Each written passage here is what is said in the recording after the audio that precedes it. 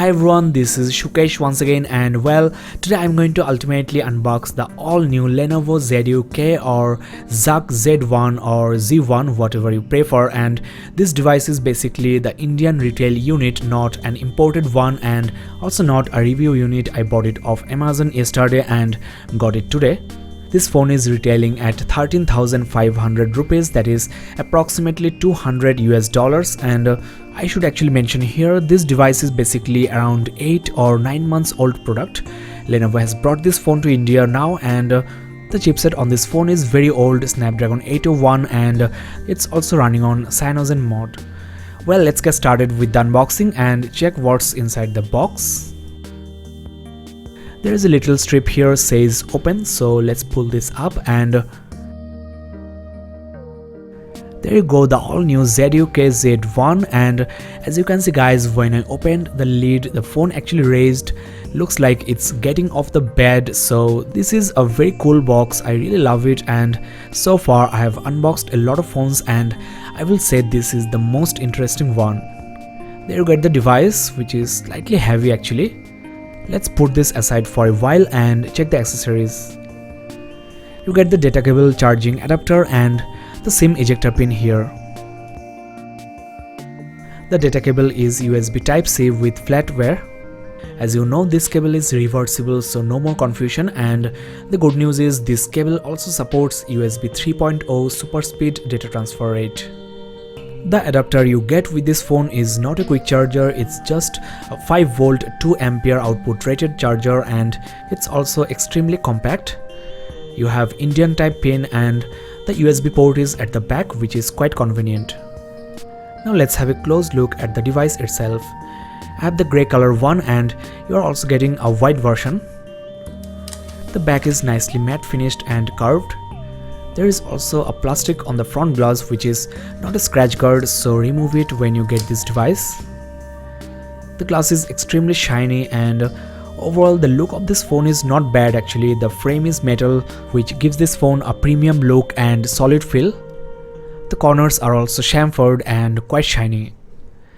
Well, the back cover does not look as premium as the front. It looks fat actually, and it's also not metal, just plastic. I have here the all new Moto G4 Plus from Lenovo, and it's priced at exactly same 13,500 rupees for the 16GB variant and 15,000 rupees for the 32GB variant. The Z1 here packs 64GB internal storage and 3GB of RAM, but there is no SD card slot. Let me quickly turn on the phone and check the display quality, the interface and also the camera, which features a Sony sensor. Well, this phone does support dual band Wi-Fi. Well, you can sign up and enjoy a couple of features. For example, you can customize the phone with themes and Truecaller is inbuilt. You can also find and erase your phone if it is lost. Well, if you wish, you can apply the ZUK theme and even enable navigation keys on screen. So you can customize the phone in a lot of ways actually. Well, ultimately the phone is ready and it took really long time for the first boot. Now let me give you a quick tour of the exterior ports and design.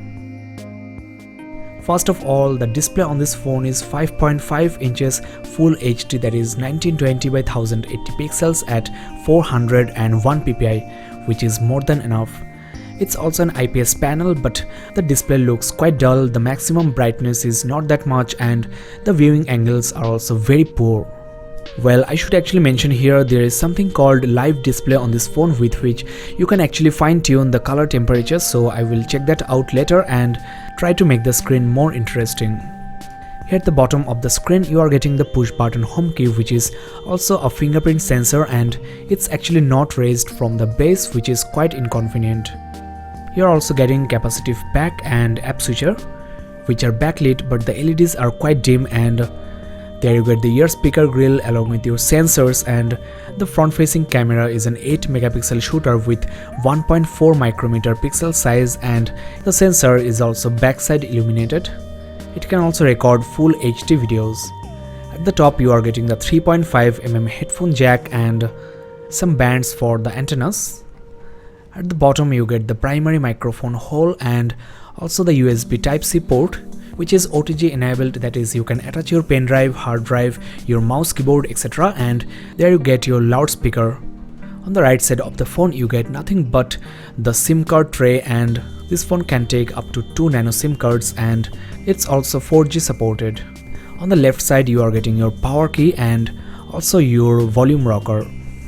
The placement of these keys are perfect for one-handed uses, and at the back you get your main camera, which is a 13 megapixel shooter with Sony Exmor RS stack sensor, and the pixel size is good 1.12 micrometer and it also features OIS. The maximum aperture is f2.2 and the flash is powered by dual LEDs. Right in the middle you are getting your secondary microphone hole, which is for noise cancellation during voice calls. One thing very interesting, there is no mention of Z1 on the logo and also on the box. Another fact, I cannot deny, the frame actually resembles the iPhone. The battery on this phone is crazy 4100 mAh, which should be ample for at least 3 days of backup. I will talk more about the battery performance in the full review. Well guys, before I open any application or install a new one, I want to quickly check the storage, RAM and also the Android version. Well, on this ZUK Z1 you are getting Android 5.1.1 Lollipop, no Marshmallow out of the box. Now let's check the storage, which is officially 64 gig, and out of the box you are getting 53.87 gig, which is more than enough for gaming or personal uses, even though you don't have the SD card support, though it's still showing here, and the USB storage is for your external pen drive and hard drive. The RAM on this phone is officially 3 gig, which is again superb, and out of the box you are getting 2.1 gig free for the user, which is more than enough for super hardcore gaming and multitasking. As I discussed before, the metal frame on this phone resembles the iPhone, and there I have my iPhone 6s Plus. As you can see, the bottom looks exactly the same, and definitely this design is inspired by iPhones. On the other hand, the front of the phone looks very similar to a Samsung Galaxy. I have here the Galaxy J7 2016, and I think there is something wrong with my handset because the LED under the back key is almost not visible. The one on the app switcher is brighter. If you have bought this phone, please let me know whether you have this same problem. Now, though you have the same screen size on the Galaxy J7 2016, the screen resolution is 720p and the frame is also metal on the Samsung Galaxy. If you ask me, I will say the Galaxy J7 looks and feels better. There is no fingerprint sensor on this phone. The Super AMOLED display is brighter and definitely more colorful than the IPS panel on the ZUK Z1. Now guys, let me give you a quick overview of the software and the interface. There you get your apps drawer, which is nicely sorted like Windows phones, and swiping faster basically shows you the alphabets. You can customize the phone with themes, as I mentioned before. I will show you this in details on the full review, so keep in touch. There is an app pre-installed called Audio FX, which enables you to customize your audio quality, and you can change the bass level, though this works only with the earphones. I also previously mentioned about live display, so let's check that out. Here under the display settings you get the option, and this optimizes your screen based on the time of the day and ambient conditions to improve readability and also reduce eye strain. You can manually set the color temperature and also leave this to automatic. The phone can track your location and also the weather, the time of the day, the ambient lighting condition, and set the perfect color tone for you. As you can see, on automatic the screen color tone has changed. The blue tint of LCD screen is gone, and you can try this if you like, especially if you are using the phone for a long time. You are also getting double tap to wake, which is an extremely handy feature. There is also double tap to sleep, that is, you can just double tap on the notification bar and put the phone to sleep. There you go. This works anywhere, anytime, and to wake the screen up, just double tap anywhere on the screen. Again, this feature is borrowed from LG. This LG G4 is my daily driver, and I'm telling you guys, this is such a nice feature, you will love it. When there is no empty space on the screen, you can double tap on the notification bar, and otherwise you can double tap on the home screen. whereas on the ZUK Z1 you can only double tap on the notification bar. I do like these extra added features. Now you are getting the ZUK theme, which I have enabled while booting the phone, and the icons are nicely customized and there is still presence of stock Android here and there. You can also change the color temperature right from here, and also the audio effects. The interface seems quite snappy. I haven't encountered any type of lag or stutter so far. There you get Truecaller pre-installed, and the keys have nice vibrating feedback. The messaging window is just stock Android. Now let's check the camera.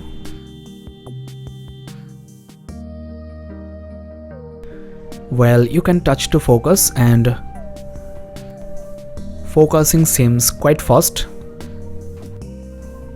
There is basically no shutter lag.